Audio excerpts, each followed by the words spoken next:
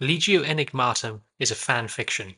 The story of the founding of the Legio Enigmatum, the history of the Matadors Patient, and all other elements of this story are not canon.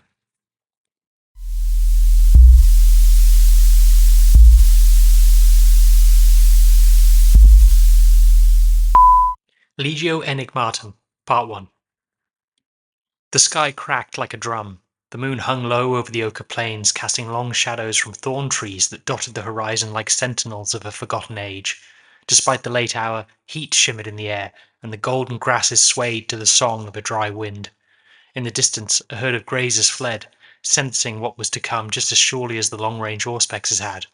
Upon the weather-worn battlements of the Lion's Gate, a fortress built into the rocky escarpment, three giants watched the sky. Brother Kojembaku, voice of the pride, was the smallest of the three, a clear head shorter than his primaris companions. His golden armor dappled with the dust of his homeland, his helm was maglocked to his thigh, revealing a weathered face, marked by age, battle, and quiet authority. Eyes like bright iron stared into the heavens unblinking. Beside him stood the warriors of the Matadors Patient, a chapter from the distant stars whose history was short, but who were already known for tactics that were bold and brutal. The chapters were natural bedfellows. The lions were Rogel Dawn's line, and therefore natural defenders. The Matadors Patient, far more inclined to a charge, as the animals from which they gained their emblem had wont to do. Moonlight, boosted by the flares of incoming drop pods, kissed the roaring lion emblazoned on Koja's pauldron, and it seemed to stir. The golden bulls upon the Matador's Patient shoulder guards stared back. Decius Thorn's hand rested upon the wall. His helm remained on, the crimson eye lenses gleaming. Next to him, Calbron Vortek surveyed the landscape, like one of the hunters that called this world home. Calbron and Decius's armor was entirely black, save for their fists, which were as polished gold as the celestial lions. Above, the sky tore open in streaks of fire. Atomics were thin lines descending menacingly towards the plains, and larger and slower in their descent were the drop pods, dark as midnight, cruel as talons. They punched through the clouds with sonic fury. Night Lords, the murderers of Nostramo, sons of Kurz, come to Elysium to mete out a new form of punishment on the last of the celestial lions. Koja's voice, low and gravelly like distant thunder, broke the silence. They come. Decius's helmet turned. They call you the voice of the pride, and your words paint such fulsome pictures, Decius said, voice growling through the vox. Koja smiled. Their time together had been short, but already he had grown to appreciate the Matador's unique brand of humour. Your humour is as dark as your armour, said Koja. Next to him, Calbron smirked. 1, 2, 7, no pattern, he said. Just hunger, said Koja. No, there is order to this madness, Decius said. They send their atomics alongside their drop pods. Draven has no choice but to use the orbital defences to strike these, and the Night Lords land with impunity. Decius was correct. The sparse air defences the depleted Lions and Matadors Patients had were targeting the warheads. They exploded in brilliant flashes, an occasional fusion reaction taking place in the interception. They lit up the world with terrible balls of fire. The Matador Patients' eye lenses darkened in response, and the light showed the distinct difference in their armour colours. Draven was Chapter Master Malric Draven, the Black Anvil, a man as mysterious to his brothers as he was to outsiders of the chapter. The Matadors Patient were young, a newborn chapter in the scheme of the Imperium, an early founding primaris chapter, but they had already fought on several worlds, and the hulking Chapter Master had already earned a reputation. The first land upon our soil, said Koja. The drop pods screamed towards the savannah, their wake setting the horizon aflame. Koja did not move. His gaze followed the descent as a father might watch a meteor shower. I thank you and your chapter for coming to our aid. Our list of allies grows thin. None wish to court the anger of the men who wear the eye. Decius and Calbron said nothing. There was nothing to say.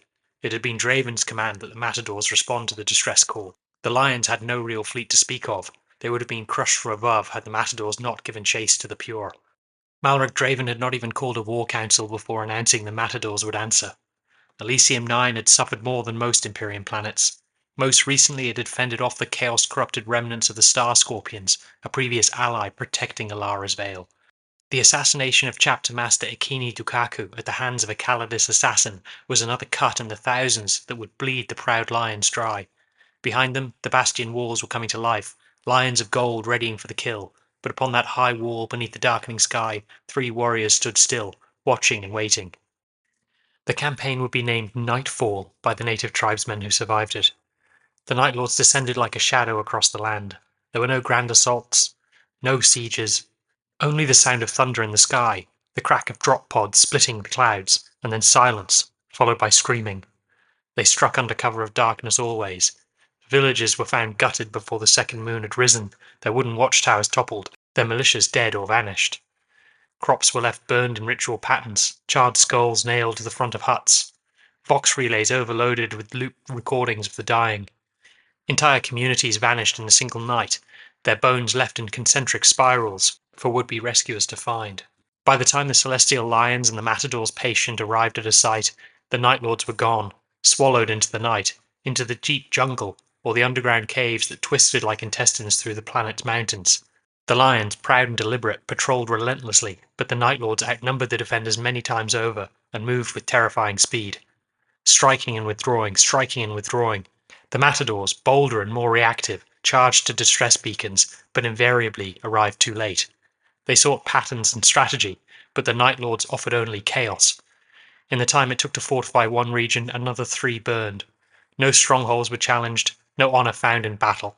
The Night Lords fed on fear, and Elysium IX became banquet. With every failed pursuit, each unanswered distress beacon, a message was etched deeper into the minds of the defenders. You are not fast enough. Entire sectors ceased transmitting. Refugee trains of the few town dwellers on the planet were derailed mid-evacuation, their survivors hunted in the dust. Supply routes collapsed, and through it all the Night Lords laughed, in contempt and in madness. This was not war, this was punishment. The gunship touched down in a roar of engines, any concept of stealth abandoned in the rush to respond. Dust bore up in the air in massive spirals, and 3 giants descended the ramp. The village had been called Indara's Reach. There was little left to suggest it had once been a common meeting place for the region's nomadic tribes. Charred posts stood like broken teeth, and soot-drenched wind tugged at tattered banners that once marked a gathering. The smell of scorched flesh, of ozone and chemical accelerants clung to the air. Decius Thorn moved first, his heavy boots crunching over sand that had formed a crust, watered by blood.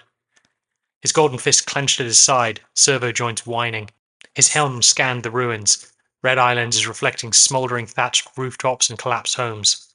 Calbron Vortek followed. He knelt near a child's toy, a carved lion burnt to black. He examined it with the same precision he gave any battlefield debris. His voice, when it came, was cold. An hour. That's it. Maybe less. Behind him, Kojam Baku stood unmoving, like a sentinel carved from dark gold.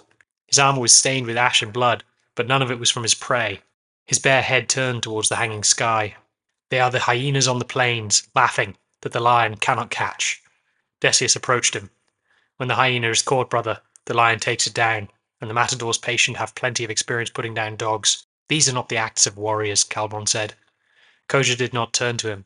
His voice was low, sand dry. We are not chasing warriors, we are hunting ghosts. They don't linger, they don't claim ground, just death, always death, Koja said. He finally looked at them. His eyes, deep and storm-shadowed, were unreadable. They do claim something, brother. Fear. They gather it like a tithe, Decius said. Koja stepped forward, passing under the charred archway of what had once been a small chapel. The nomadic peoples of this world had their own gods, various depictions of animals that embodied virtues, graces, and sins, but all were arranged around one figure, the Emperor, painted the same gold as the lion's armor, the armor of their protectors who were failing to protect. Inside, the walls of the chapel were smeared with blood, not in rage, but in purpose, symbols drawn in ancient Nostraman, blasphemous verses. They want us to see this every time. They leave it for us, Calvin said. You'd think they'd stop. We get the point, Decius muttered. Decius picked up the Golden Emperor. For whatever reason, the Night Lords had left it untouched. In all the carnage, he assumed they had replaced the statue and arranged the animals around it. Koja shook his head. He touched a wall, the blood already dried in the world's heat. Outside, the wind rose again, pulling ash into the air. The winds are picking up, said Calborn. Those are not the winds of this world. Those are the winds of the Adeptus Astartes, Koja said. They left the chapel.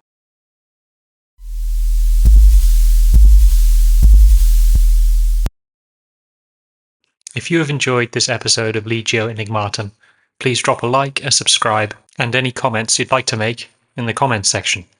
I'd love to hear any comments from the listeners about where they think the story will go next. The more engagement, the faster I can grow the story. Thank you.